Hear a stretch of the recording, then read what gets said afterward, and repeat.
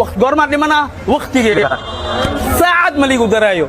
ساعدنا مليجو دمايو وانا كفر حسنه إن أنت صوبته صوبناها صلوات الله عليه يا بنتي بالله باقي إلها باقي بس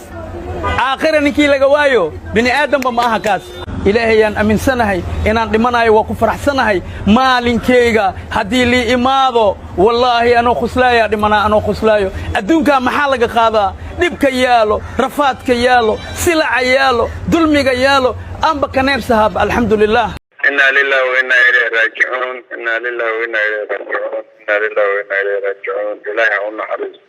خالقين مريد دير عاجز وقتي سيادة ماذي تريها نيوحا من صناح ولين ثواب الله سعني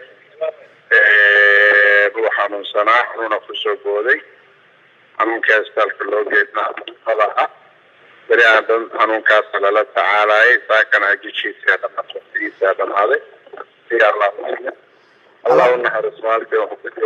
وحفظ الصوماليات وهو من عامة نهرنا وها إلى ندعينه إلى جنتك ورابده سكرات فوق إلى سواء الصخر انت صمد إليه أقسم الله ونحرسته مركا أنا جكس جيري سجور مني سجرت أنا بجوز سالكن جوي أو ساكن أبلج ويا أن أوغانتا أن أجكس يفكين توقو تجي يو حاسس كوكا تجي نعم الرور من كتيا له بركة إلى جنتك ورابده وإن لو دعيهم برمنا إلى ما بدنا وقتين إلى جنتك إلى ورابده goormee marka la qorsheeyay in la aaso halkeese lagu aasaya oo qorsho yahay hadda family oo fadhiyo hada laga tagaa wixii go'aan la gaaro insha Allah meesha lagu aasay isu ku tagay asoo lugiisa qabo oo socdo lagi oo tagay isbitaalka marka waxa la dhahay sababaha xogo fashin jiro marka dhaqitaanka Allah u naxariistay Cabdi Muriidi Dheera Jakis oo kamid ah majaajiliyaasha caanka ee Soomaalida ayaa maanta ku geeriyooday magaalada Muqdisho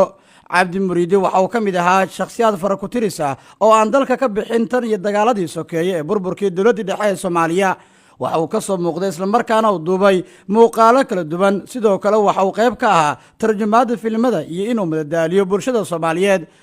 لاعبك لقطة وين لاعبك أفكار وشوبه هدي هذا اللي له ميزي لباتن جولن كدليا بلوني هدي إيمان قاعد قال لك Cabdi Muriidi Dheera Jakis ayaa waayii dambe ku xanuunsanaya magaalada Muqdisho waxaana la dhigay isbitaalka Yardameeri oo halkaas ugu dambeyn ku geeriyooday xubno ka tirsan eerkiisa ayaa mustaqbal waxa qiijiyay geerida Cabdi Muriidi Dheera Jakis waxaana ka tacsiyay shakhsiyaad badan oo aqoon dheeraad u lahaa majaajilistahan geeriyooday Cabdi waxa uu sidoo kale qayb weyn ka qaatay in dhalinyarada Soomaaliyeed uu madadaalo iyo shactiro kaga qayb qaato munaasabadaha iyo xafladaha kala duwan ee qabsanayaan Jakis waxa uu sidoo kale ka mid ahaa dadka tarjumaada ku sameeya filimada Hindiga oo inta badan af Soomaali u rogi jiray waxaana dad badan ay taasi u suuragelisay inay ku xirmaan ruwaayadaha iyo qaybaha jiliinka oo ka qaadan jiray Allah u naxariistay Cabdi Muriidi Dheera Jakis